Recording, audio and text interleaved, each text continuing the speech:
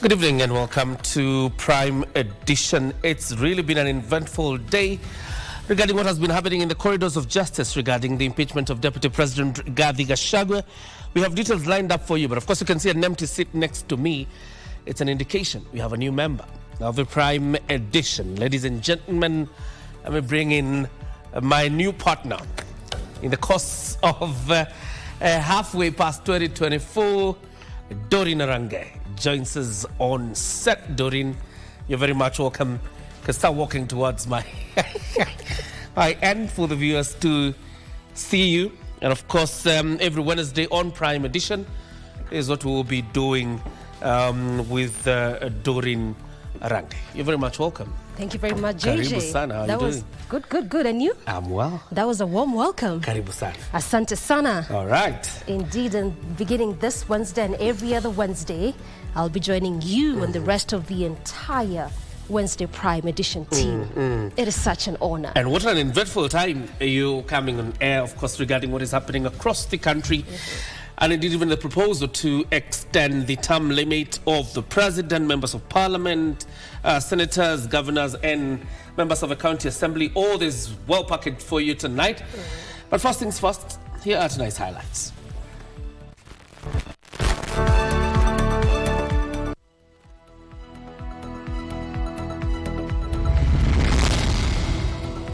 Court dismisses with costs petition challenging the Deputy Chief Justice empanelment of bench to hear impeached Deputy President's case. Tukatae mfumo wa miaka 7, hata ule watano ambao tuko nao tukatae, tukubaliane na hii proposal yangu nimeleta. Tuweke miaka 4. Storm brews in the Senate over constitutional amendments on terms of elected leaders. The Great 9, we are at an advanced stage and we are sure that come January we will have covered the areas that need to be covered. And government puts in place infrastructure and staff for smooth transition of Grade 9 pupils next year.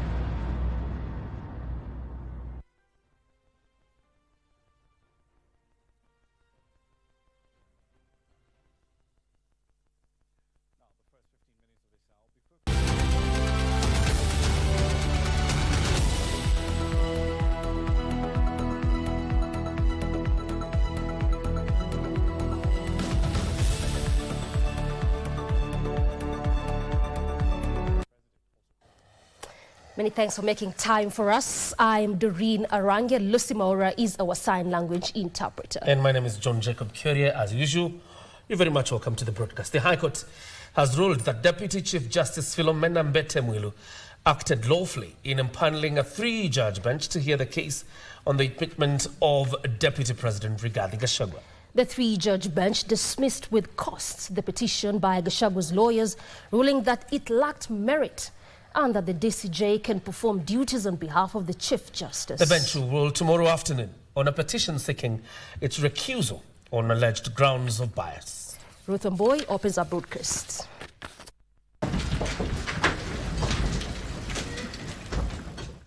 The Justice Ogola-led 3-judge bench came prepared to give a verdict on the legality of its impaneling. We wish to re-emphasize that the Constitution directs that it shall be interpreted in line with the doctrine of living constitutionalism.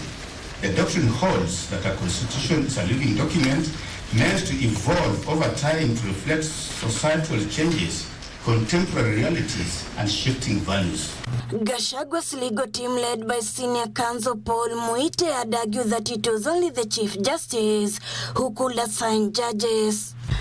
Justice Anthony Murima began by stating that the mandate of the Chief Justice in assigning judges was constitutionally an administrative function that could be performed by the Deputy Chief Justice when the Chief Justice is unable to do so.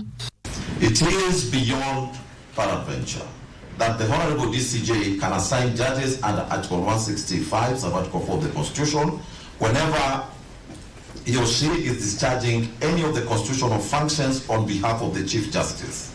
In this case, we do not find any fault in the Honorable DCJ assigning judges to sit in this bench, more so when the Honorable Chief Justice has not raised any red flag. The court also took judicial notice that the petitioners had been expressing dissatisfaction when its direction do not favor them.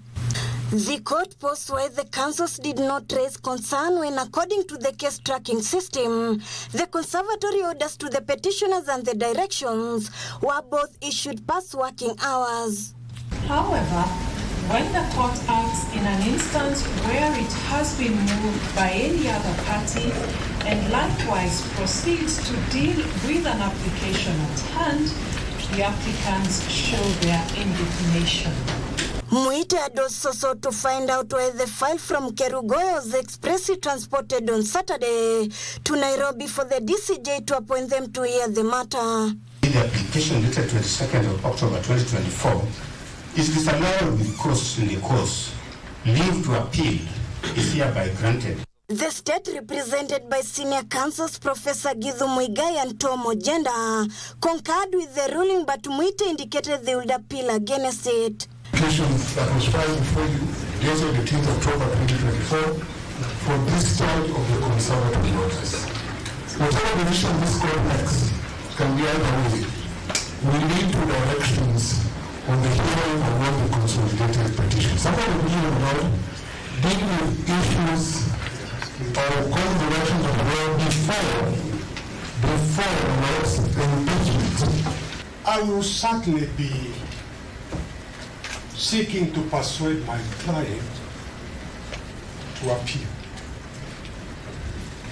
One issue of accusing counsel to have been talking to the gallery, that is not something that should be left on the record of this court. Thursday morning, the bench will consolidate petitions and hear issues challenged in both houses of parliament, with the recusal application to be heard in the afternoon. With the petitioners citing that the bench has shown open biasness in the first instance of this matter, the bench has cited that this being the first event in Kenya's history, the legal proceeding is so paramount to the Kenyan people and must be carried out expeditiously. Ruth Wamboi reporting from Milimani's High Court. And now a showdown is looming in the Senate over two proposals to amend the Constitution and change the number of years for elected leaders should serve in term. While the Senate is currently considering the amendment bill by Nandi Senator Samson Cherargei that seeks to increase elective term from 5 years to 7, the Kiambu Senator Karungo Wathangwa now seeks to amend the very Constitution to reduce the term to 4 years. Our reporter Gishuki Washira has the details. On Friday, 25th October, the Senate Standing Committee on Justice, Legal Affairs and Human Rights will hold a public hearing on the Constitution Amendment Bill that seeks, among other things, to extend the term of MPs and President from 5 to 7 years. But as Kenyans ready to engage the senators on the bill, Kiambu Senator Karungo Thangwa is preparing another amendment bill that seeks to reduce the term for elected leaders from 5 years to 4 years. Wakenya, kama ushaisema, umejiambia, ushaifikiria, ati siku moja utatetea nchi yako, wakati ni sasa. Tukatae mfumo wa miaka 7, hata ule watano ambao tuko nao tukatae, tukubaliane na hii proposal yangu nimeleta, tuweke miaka 4. The Kiambu senator, who is allied to the embattled Deputy President Rigathi Gachagua, argues extending the term to 7 years will be laying ground for authoritarianism and threatens democracy. Hiyo ni kumaanisha kuna watu wataki kutoka mamlakani. Na ukiangalia mwenye ameleta hoja hili, kwenye ametoka, na vile alipiga kura ya kumfurusha Gachagua, inaonekana huu ni mpango. Senator Thangwa instead wants the term reduced to 4 years to enhance accountability and prevent power consolidation. Na wakati Senate itakuja kujadilia maneno haya, mimi nauliza Wakenya, ongeeni kwanza. Mkiongea tunaogopa, kama hamjui tuwaogopa. Kwa hivyo ongeeni ndio tuogope. Currently, the elected leaders serve for 5-year terms before seeking re-election. The president and governors are restricted to 2 consecutive terms, while members of parliament and MCAs have no term limits. Gishuke Washira, Prime Edition. The proposal by Samson Cherargei to increase the term to 7 years is already at the public participation stage. Karongos will also be subjected to the public participation stage. What is that important is Article 255 of the Constitution. Indeed. That both proposals really must be presented for a referendum. Yeah, and we expect a political showdown in the Senate on Thursday as that matter will be presented to the Legislative House there. Interesting. Now, the government is pulling at all stops to ensure the smooth transition of grade 9 pupils at the start of 2025 academic calendar. Education Cabinet Secretary Julius Migos Ogamba says the infrastructure and human capital are in place to facilitate learning as envisioned in the competency-based curriculum. Frederick Pachisayo has a report. The launch of distribution of grade 9 textbooks to junior secondary schools at the Kenya Institute of Curriculum Development KICD in Nairobi. It is here that Education Cabinet Secretary Julius Migos Ogamba affirmed that the government was on course to fully implement the competency-based curriculum. In terms of the government's preparedness to handle the grade 9, we are at an advanced stage, and we are sure that come January we will have covered the areas that need to be covered. The Presidential Working Party went around the country, and 93% of the people who were interviewed through public participation confirmed that they want grade 9 domiciled in primary schools. In fact, it is now called junior school. So 7, 8 and 9, junior school domiciled in primary school. Next year, the CBC will be in grade 9, and Ogamba assured that more classrooms are being constructed in primary schools to accommodate them. We've already done 3,500 classrooms.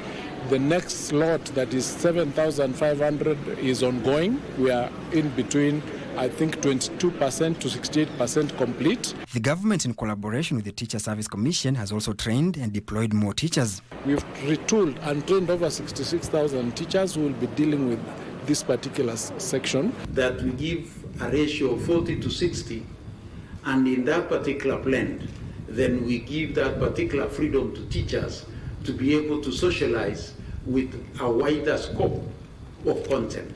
Separately, TSC Chief Executive Officer Nancy Macharia, who appeared before the National Assembly Education Committee, said 48,550 GSS teachers have been recruited in the last 2 financial years to ensure a smooth transition to grade 9. TSC, however, acknowledged a shortage of science teachers, especially physics. We don't have enough science teachers in this country. We have done that continuously, and sometimes even before the CBC, I think I've appeared here, and I have said you will advertise for a physics teacher in the whole country, and you can't get. Meanwhile, the Cabinet Secretary has assured candidates in banditry and flood-prone areas of security during the national examinations and assessment. No learner will miss their exam. So some of those are being moved from the centers. Maybe they were into another central place that is safer for them to be able to undertake the examinations. The 2024 Kenya Certificate of Secondary Education Examinations began on Tuesday, while grade 6 learners are expected to sit for the Kenya Primary School Education Assessment from 28th to 30th October. In a bid to broaden the learning scope of grade 9 learners, the government now says it will issue 2 sets of different textbooks from different publishers. Parsai Frederick reporting for Prime Edition, Nairobi. And now Kenya and Somalia have welcomed the establishment of the new African Union Support and Stabilization Mission in Somalia. President William Ruto and his Somalian counterpart Hassan Sheikh Mohamud says awesome will build on the achievements of its predecessor, the African Union Transition Mission in Somalia, ATMIS. The two leaders emphasized the need for a smooth transition of security responsibilities from ATMIS to AWSOM, which is scheduled to commence at the beginning of next year. In a joint communique, they emphasized the need for consistent and adequate funding, while at the same time calling for the exploration of other means of funding the critical mission. President Sheikh is in the country for a 4-day official visit.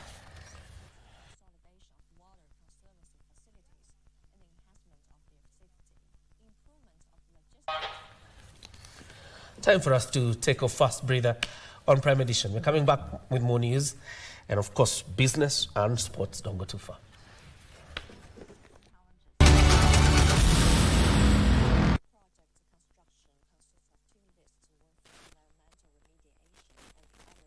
Welcome to the Kenya Deposit Insurance Corporation, or KDIC, a state corporation established under the KDI Act Cap 487C. But who exactly are we? KDIC provides a deposit insurance for customers of member institutions. This means we protect your hard-earned money deposited in banks, giving you peace of mind knowing that your savings are safe. KDIC is also mandated to receive, liquidate, and wind up troubled banks, as well as provide incentives for sound risk management. We are here to protect your bank deposit and, together with other safety net players, ensure a stable financial system. KDIC. Safer, stronger, together. Are you a holder of unclaimed financial assets? All holders are notified to report and surrender unclaimed financial assets to the Unclaimed Financial Assets Authority, UFAA, on or before November 1st, 2024. It is now easier to report and surrender. Visit www.ufaa.go.ke and get started to beat the November 1st deadline. It's your turn. Report and surrender today. Please note that failure to report and surrender qualifying unclaimed financial assets attract penalties and sanctions in line with Section 33 of the UFA Act 2011. UFAA. Receive, safeguard, reunite.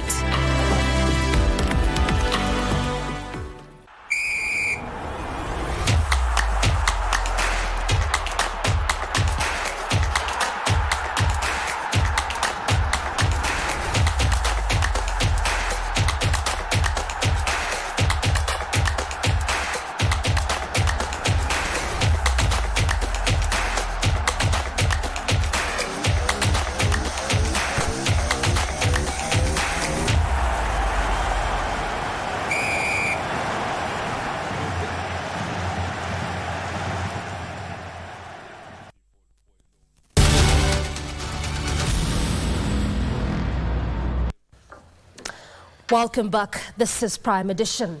And now the public sector unions in the country have called off a strike notice issued 2 weeks ago after the government's reassurance that their rights to medical cover will be safeguarded during the transition from the defunct National Hospital Insurance Fund to the new Social Health Authority. The unions and government also signed an agreement to ensure all employees who worked under NHIF are absorbed into the new Social Health Authority.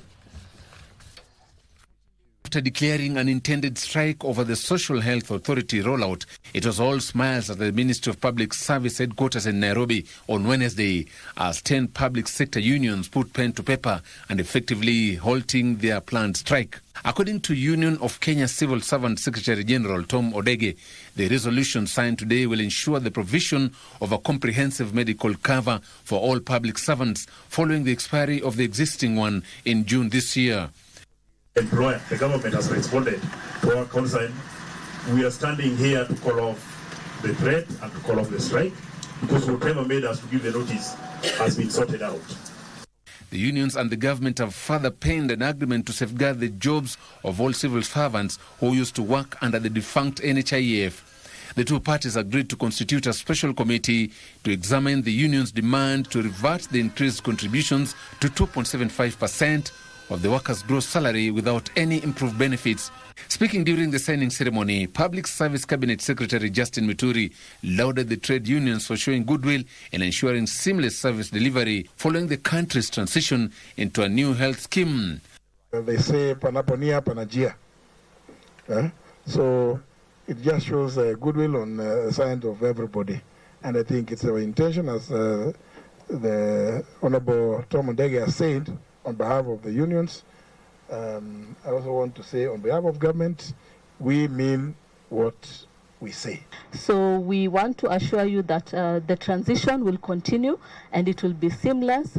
We will have everyone accessing service. But let's get a culture of of being able to sit down first, talk, try to resolve the issue before going for notification of a strike.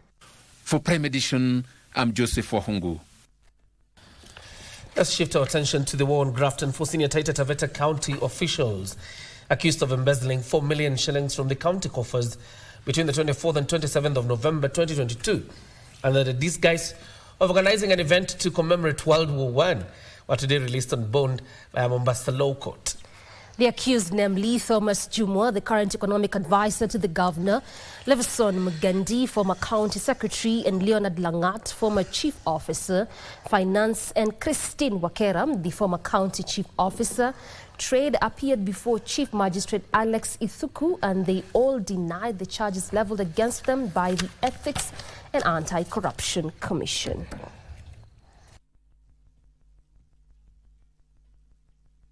Being the public officers jointly engaged in a project without prior planning, to wit the World War I commemoration that was held between 24th and 27th November 2022 without budgetary provisions for the financial year 2022-2023.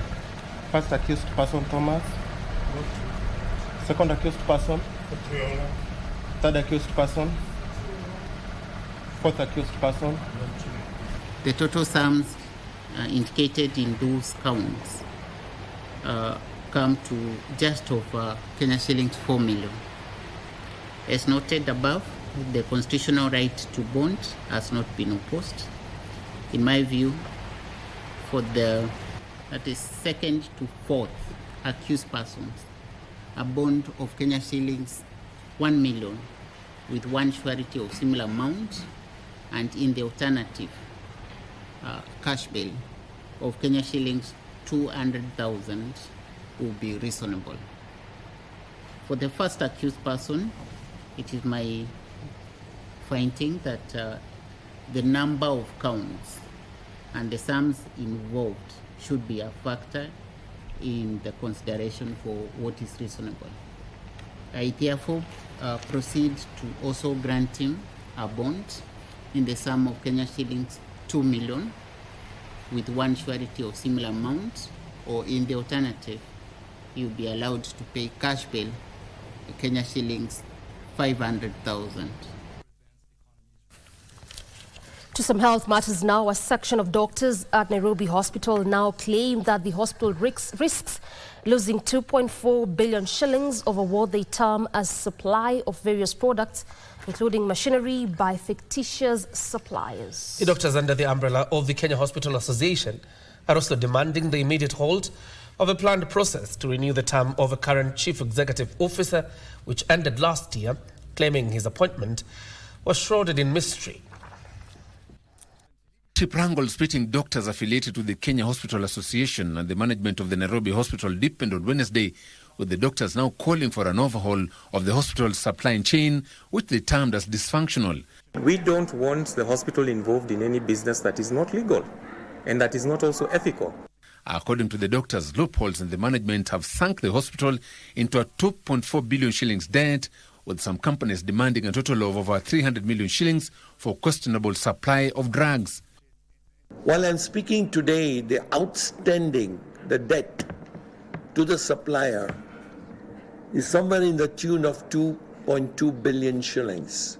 While decrying what they described as toxic working environment and low staff morale, the doctors have petitioned the hospital management against extending the current chief executive officer's contract. When the CEO was recruited, it was not an open advertised position as it's supposed to be. The position of KHA is that the current extension of contracts, including for the CEO, we do not support that. And this is something that will need to be revisited as part of the correction. The doctors and the hospital board of management have for the last 1 month been embroiled in a dispute over claims of mismanagement and corruption at the facility. We are not interested in any board positions. We're just citizens who are worried about the plunder at Nairobi Hospital. And that's what we're trying to correct. For Prime Edition, I'm Joseph Wahungu. On another health-related story, members of the public have been warned against buying non-standardized paints that could expose them to lead. Speaking in Nairobi during the commemoration of the Lead Poisoning Prevention Week, the Center for Environment, Justice and Development, CEJAD, said that in 2013, 19 of the 21 locally produced paints had a high concentration of lead. Noting that the threats posed by exposure to lead, such as intellectual disability in children and infertility or miscarriage among pregnant women, Public Health Principal Secretary Mary Muthoni called for early screening in hospital to detect blood lead levels.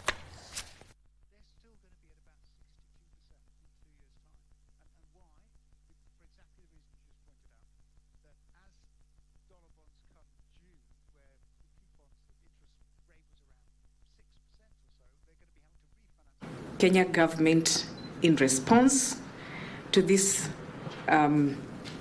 issues, I know has gazetted standards of lead levels at 90 parts per million, that is in 2017, and banning the use of leaded petrol in Kenya. Yesterday we started this conversation. A total of 21 brands were represented in the samples that were collected. All the paints were manufactured in Kenya. Just to give a snapshot of this problem, even though the study was done a few years ago, out of the 21 brands, 19 had 90% of paint brands and this was 90% of the paint brands and had at least one paint color with high levels of lead that exceeded the 90 parts per million. To support a post-market survey, which will assess lead levels in paints available in the Kenyan market. The result of this survey will guide policy enforcement, help identify non-compliant products, and drive future advocacy campaigns. Elsewhere, a Nairobi-based non-governmental organization, the Awareness Against Human Trafficking Hut, in conjunction with Polish Aid, has rolled out a project to equip survivors with essential business skills and financial support. So far, 60 survivors have received grants from the two organizations through the Embassy of the Republic of Poland in Kenya. The grants are part of a broader program initiated in 2010 that seeks to identify and supported more than 1,000 victims of human trafficking. Beneficiaries use the funds and skills to rebuild their lives and contribute positively to the economy and their communities. And within economic empowerment, we have 3 antennas. We have skills training support. We have connecting survivors with employment opportunities for those who want to be employed. And also we have self-employment, which looks into business startups. Most of the time I deal with groceries, but now through this program, actually I'm expanding my business to serial businesses. I've opened a shop, I've employed several people. Right now I understand about employing casually and permanently. And this is very much needed activity as every activity which helps human trafficking victims and which also help to overcome the stigma around this procedure. And to the suspects who burnt to death by an angry mob in Bushiri market of Navaholo constituency in Kakamega County. Traders at the market said the suspects were involved in the robbery of wholesale and barber shops. Details of this and other stories making headlines in our County News Roundup. Navakolo Area Police Commander Christopher Kirui said that the 2 robbery suspects may have been part of a gang that has been troubling the residents of Bushiri. Na wezi walikuja wakabomoa kinyozi yangu nyuma, wakaniibia mashini, TV, na nilikuwa nimeweka stock ya nguo karibu 80,000, zote zimeenda. Kwa hivyo kama serikali tunaomba, kwa sababu ya security iko chini hapa Bushiri, tunaomba mtupatie police post hapa Bushiri ndipoza tuweze kuendelea na biashara yetu tukiwa salama. Elsewhere, residents of Shauriako Estate in Homa Bay Town are calling for the relocation of a woman involved in the sale of illicit brew, changa, citing ongoing disturbances linked to her illegal business. Anaanza hata kila popote ni pombe, karibu na shule anauza pombe. Sasa tunaomba serikali atusaidie. We want sub-locations which are free from alcohol. And I'm happy that a few of them have. We are clearing those areas. In Kilifi County, residents of Malindi who are evicted for the expansion of Malindi Airport have moved to court seeking compensation for their land before the expected takeover of Kenya Airports Authority operations at Jomo Kenyatta International Airport by Adani. Tuko hapo kotini kwa sababu tunataka kuomba koti iweze kuingilia kati tena, iweze kutuambia kama Adani itachukua hiyo airport, hatima yetu sisi kama wakazi wa Kwachocha ambao tumesubiria hiyo miaka 15 tuweze kulipwa na hawa watu wa airport, hatima yetu itakuwa nini? Na sasa tumetoka pale, si tunajua kitu kimoja, tuliambiwa na court tutalipwa pesa zetu kifika Disemba tarehe 11 kile mtu atakuwa shalipwa.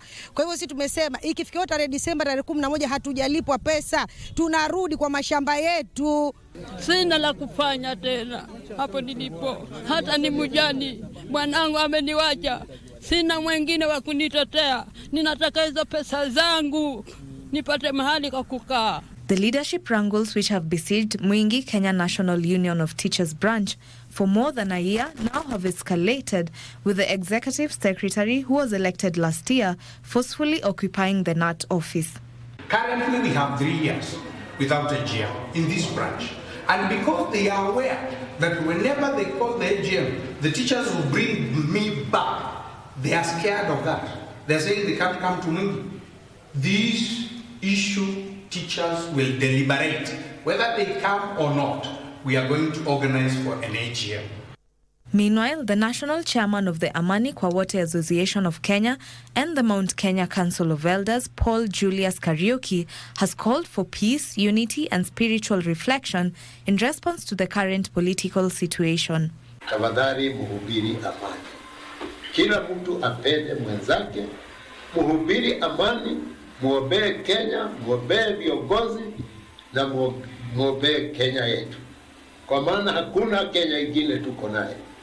Finally, a United States-based non-governmental organization dubbed I Change Nations has partnered with the National Heroes Council in a bid to champion for a positive change in the society. I'm engaging, collaborating and partnering with different organizations to be able to make our country known so that we can be able to negotiate and represent our country going forward. My message to all the heroes that have been honored this year and last year and other years, we need to do something because we've been singled out. Christine Matunda for Prime Edition.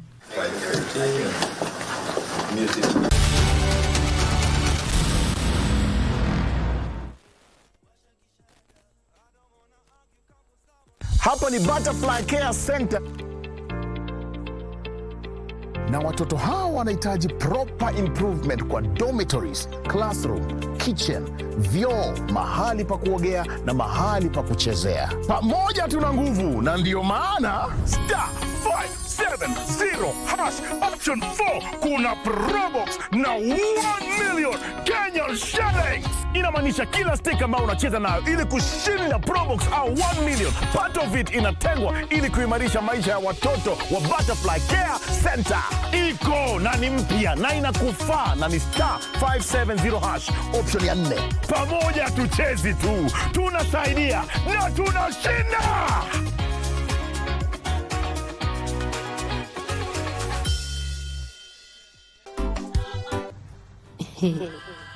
Nadhani umefika muda wa kurudi kwa wazazi wangu na mwanangu Maya. Hapa haya ni maji ya shingo na nimeshindwa kabisa kuyaogelea. Mimi naweza chapwa na mwanamke mimi huyo basi. Hata wewe mtu mzima haujui kuchunga mzigo wako. Shauri yako.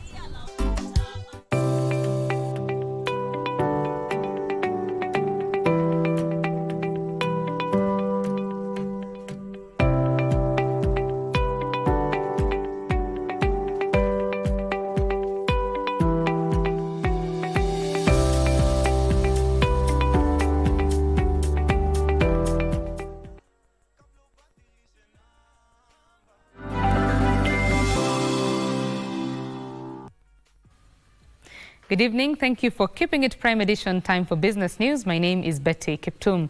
Kenya will spend billions of shillings to construct water storage facilities in a bid to deal with endemic water problems. The government will increase storage capacity to 125 billion cubic meters by the year 2025. Water Cabinet Secretary, that is Eric Mugaa, says the government will further mobilize more than 450 billion shillings to help achieve clean water and sanitation for all Kenyans by the year 2030. Water scarcity in the country will now become a thing of the past if the government fulfills its ambitious plan of developing water storage facilities. Speaking during the launch of the National Water Harvesting and Storage Authority NWHSA strategic plan in Nairobi, Water Cabinet Secretary Eric Mugaa says though Kenya is designated as a water-scarce country, the government is working with various non-state actors to help in the development of various water dams in the country. Water storage is the only way this country can stop relying on rainfall to be productive. As a government, we have the mandate to ensure that Kenyans have food security. Some of the major dams under construction are the Thwake Dam, Karimenyo 2 Dam, and Itare Dam, among others. It is the right time that the agency took their mandate and we built for future. Here I'm talking about key infrastructure projects, big dams, such as the ongoing Soinkoru, the ongoing Sioi Murunyi, the ongoing Uma Dam, Thwake Dam, Mwache, to name but a few. The CS said his ministry is working towards increasing the water storage capacity for multi-purpose use to a tune of 125 million cubic by 2025. And we cannot overemphasize the importance of national water, especially when it comes to storage. I know that this dam called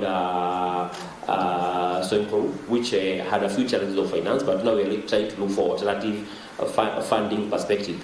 On behalf of the National Assembly,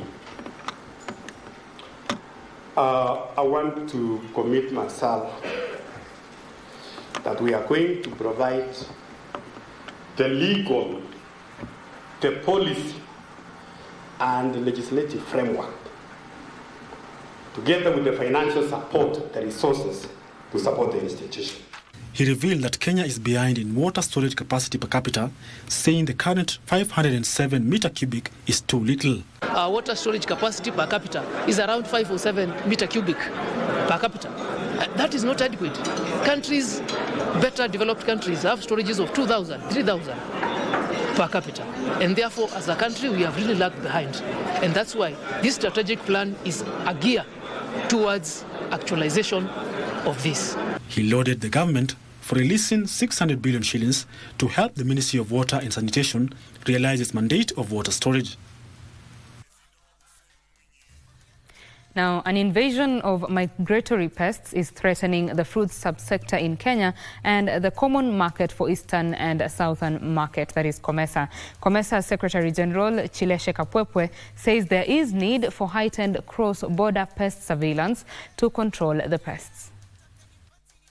Horticulture export rose from 152 billion shillings in 2022 to 187 billion shillings last year due to a spike in domestic exports of cut flower, avocado and beans to the European Union. The Kenya Plant Health Service now says Kenya is staring at a major drop in exports due to an invasion of migratory pests in the country. The new regulations are actually from the EU. Because as you know, what they have realized, they don't want the FCM into their country. And therefore, what they have done is to provide a law that says we should be able to manage the FCM before the product leaves the country. And therefore, that is what we actually need to apply or to be able to meet as KEFIS. The false codling moth is among a number of migratory pests that COMESA now says is affecting fruit and vegetable production in the trading bloc. So of course, there is an increasing, demand to take a closer look at the kind of solutions that we can put in place, and also the financial implications of those and how that can be funded. The Common Market for Eastern and Southern Market Secretary General Chisleshe Kapwepwe is calling for increased investments in cross-border pest control and an integrated pest management system to ensure the migratory pests are controlled. We do have programs that really need to have that face-to-face interactions, and also to support work like extension officers who can be trained, also community farmer members who can have better knowledge of how do they react to pests. If you are able to control how healthy of plant, it means that you are even control or you are prevent the quality of human health. There is this link between what we consume from plant. Mangoes. Benson Rioba reporting for Prime Edition.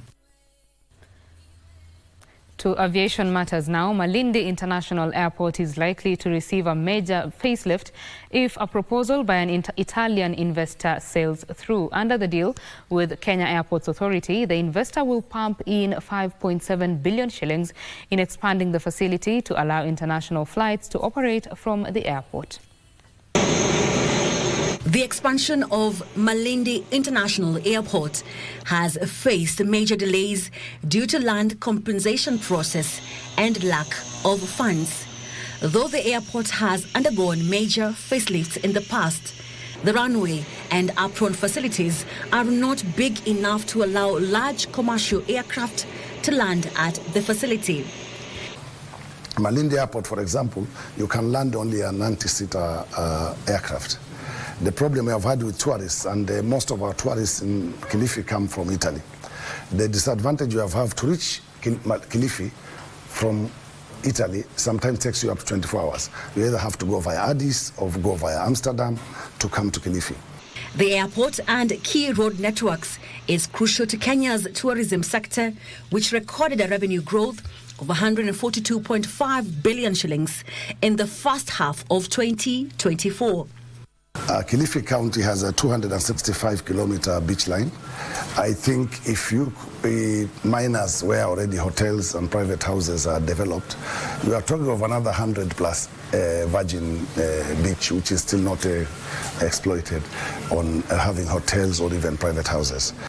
Kilifi Governor Gideon Mung'aro highlighted Kilifi County's ambition to become an agricultural and manufacturing hub with investments in both land and sea. There's a group of women who have just managed to reach almost 1 ton of fish harvest, which they started like 4 or 5 months ago, and is being supported by the county.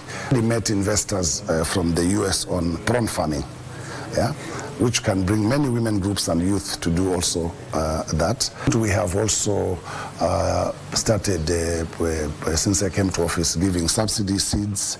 The county's new investment policy in place aims to attract investment, streamline business operations, and coordinate private sector partnerships.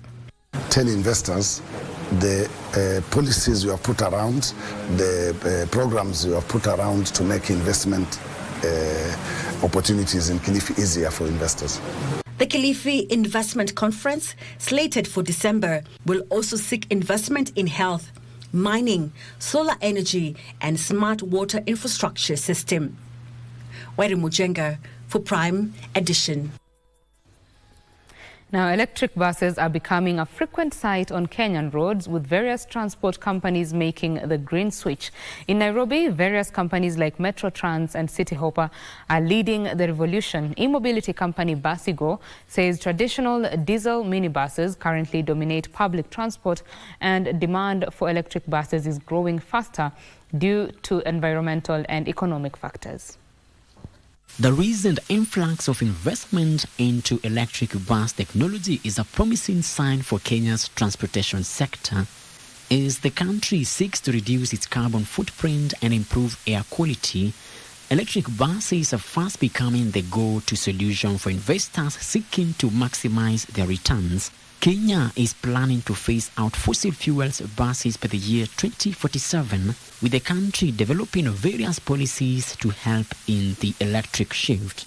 Basigo Chief Executive Jit Bhattacharya says the clean energy transition is in top gear in Nairobi, with more transport companies investing in e-buses. Basigo has received funding worth 5.2 billion shillings to help the company roll out more electric buses on the Kenyan roads.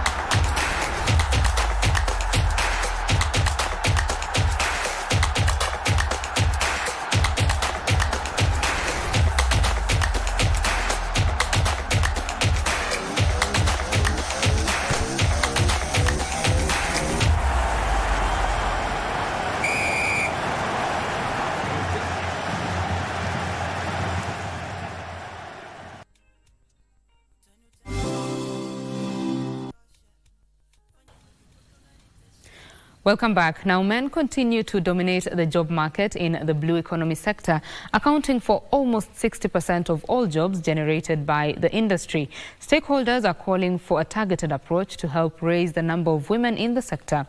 Kilifi County Chief Officer for Gender, Taita Taveta, says the county is working with various women's organizations to help more women benefit from the industry. The blue economy is a major driver of the global economy, generating around $2.5 trillion per year in goods and services, which is about 5% of the global GDP.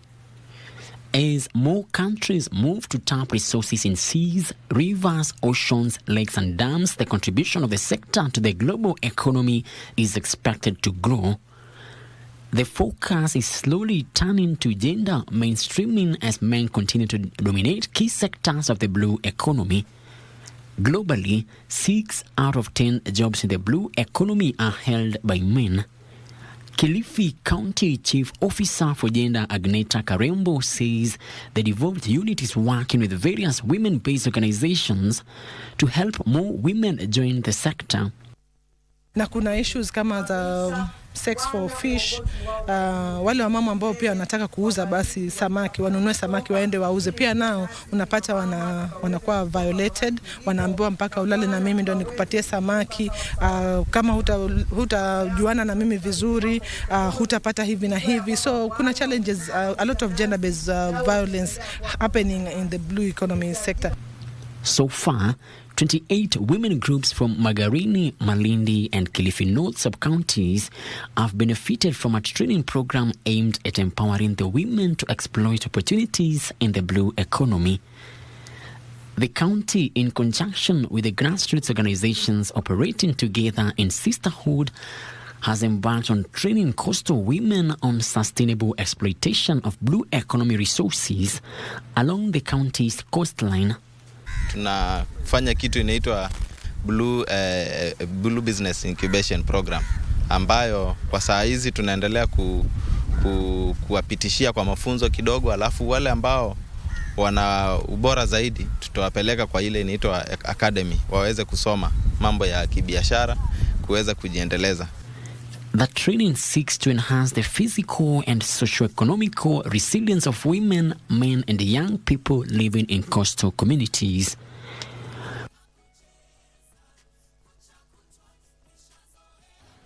And that is all the business news we had for you this evening. Daniel Wahome is on standby on the other side of the studio to bring you the sports news. My name is Betty Kiptum. Over to you, Daniel.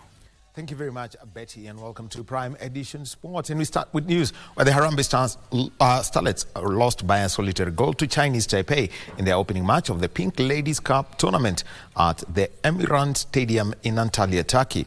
The Junior Starlets, on the other hand, will be wrapping up their campaign against Mexico at 2 a.m. This is in their last group match of the FIFA Under-17 Women's World Cup.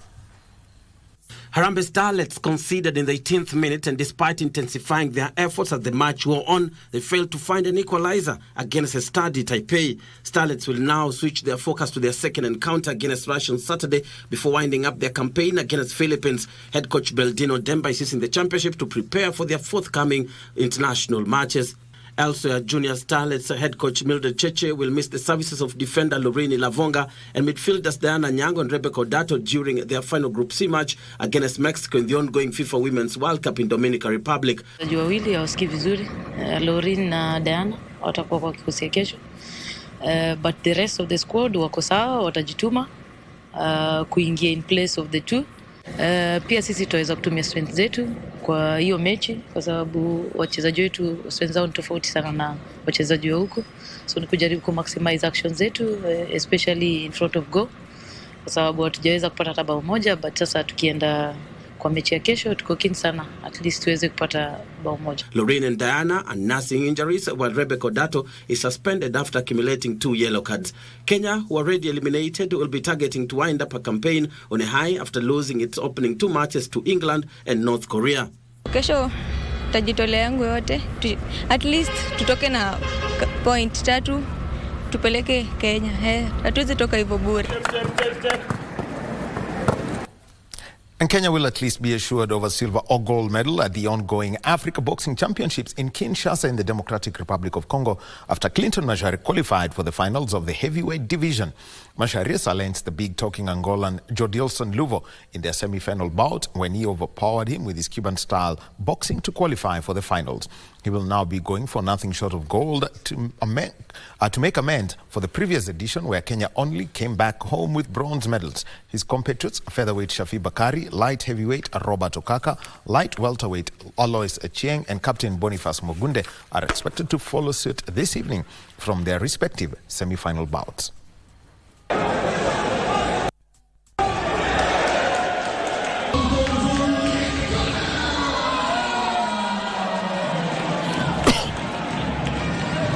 In the finale, hope for the best.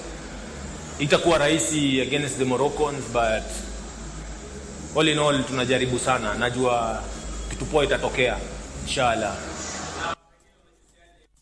Of 25,000 runners will take part in this year's edition of the Standard Chartered Nairobi Marathon, scheduled for this Sunday, the 27th of October in Nairobi. The race, which will be run along the Southern Bypass, will be flagged off at the Uhuru Gardens along Langata Road.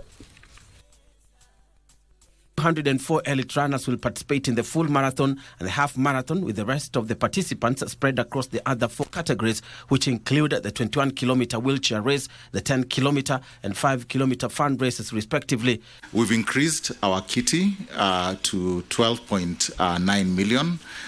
We've increased the second place for the 42 kilometers from 750 to 1 million for both men and women. And we've made some adjustments to the 21-kilometer prize money. And we will have 2 corporate runs prize money. The full marathon is set to start at 6 a.m. while the half marathon is slated an hour later. The 10-kilometer and 5-kilometer races are set to begin at 8:45 a.m. and 10 a.m. respectively. The Southern Bypass and other roads are expected to be closed from 11 p.m. on Saturday to Sunday 1 p.m., hence disrupting traffic in Nairobi. Superintendent of Police in charge of road traffic safety, Bernard Otieno, assured the public that measures have been taken to ensure smooth flow of traffic during the event. Langata interchange, again, the upper deck or the upper road will be free, but the lower road, which is the 2 lanes of the Southern Bypass, will be closed exclusively for the marathoners. So again, anybody who wants to use that road, in fact, we will have closed it from Mombasa Road side and Kikuyu Road side, so there will be no problem in accessing the Southern Bypass at Langata interchange. First place finishers in the 42-kilometer race will receive 2 million Kenya shillings, while the second and third runners-up will be awarded 1 million shillings and 500,000 shillings, respectively. Bernard Okumu, Prime Edition. And league leaders KCBFC opened a 3-point lead at the top of the standings after drawing 0-0 with defending champions Gor Mahia in one of the 9 FKF Premier League midweek matches played today. KCB held defending champions Gor Mahia to a 0-0 draw, earning a crucial point that consolidated their pole position on the log with 13 points, 3 clear of second place Kariobangi Sharks, while Gor Mahia dropped to 8th position with 7 points. Meanwhile, Kenya Police earned a hard 4-2-0 win against Mathare United. Marvin Nabwire handed Police the lead in the 16th minute. Ilianza nyuma Steven Fadela, kontrol ya kwanza ikatoka na pale akapata mali. Marvin Omondi Nabwire alikuwa ameona wote hawapo. Kenneth Muguna sealed the win for the victors in the 61st minute. Kenneth Muguna KM. In other results, 12-time champions Tusker FC battled to 1-1 draw with Ulinzi Stars. Tusker went ahead through captain Charles Mumanyi's goal. Bado nao Shafansio Yugi Charles Mumanyi. Ulinzi, who had missed a penalty early in the game, equalized through substitute Brian Kafero.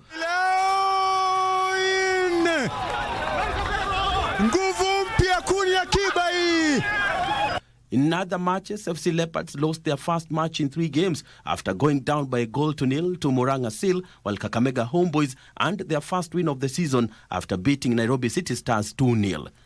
Bernard Okumu, Prime Edition.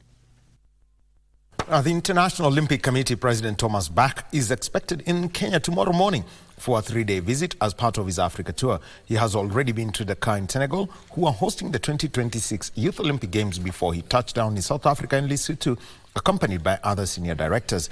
The IOC has contributed a lot to the National Olympic Committee of Kenya programs, athlete scholarships and global engagement, according to NOC President Dr. Paul Tergat, with more engagement expected with the Kenyan sports leadership on their commitment to sport and community development, the Olympic legends, and inclusion and empowerment of marginalized communities. Bach, who's very passionate about the refugee Olympic team, which he created, will also be visiting the Kakuma refugee camp, which hosts some of the athletes who have taken part in the Olympic Games. Paris 2024 was the highlight when boxer Cindy Ngamba from Cameroon became the first refugee to win a medal at the Olympic Games, which she won when she won a bronze in the middleweight division. South Sudan, Penina Lokure, who is based in Kakuma, also took part in the Olympic 800-meter race as a host country. Kenya won a total of 4 gold medals, 2 silver and 5 bronze in Paris.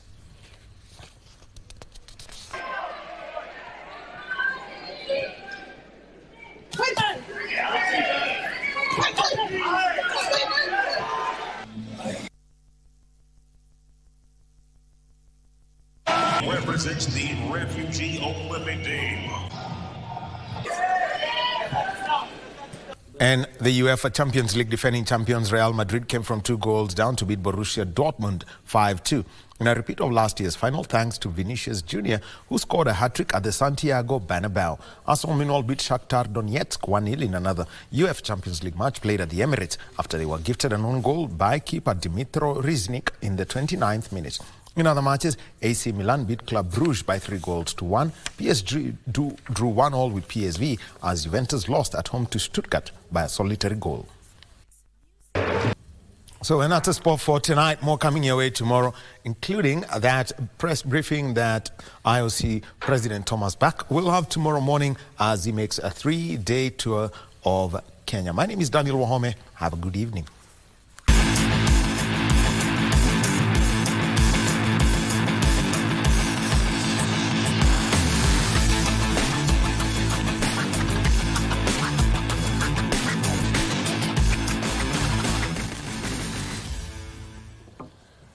You know, you're the newbie. I'll give you the first word to say goodbye. Such a warm welcome. All right, time for us to now exit and sit ground for normal programming of the night. This has been KBC Prime Edition. I'm Doreen. Arange Lusimora has been our sign language interpreter. And of course, that puts a cap on our broadcast tonight. Have yourself a fantastic night ahead. Of course, see you around. God bless you and good night.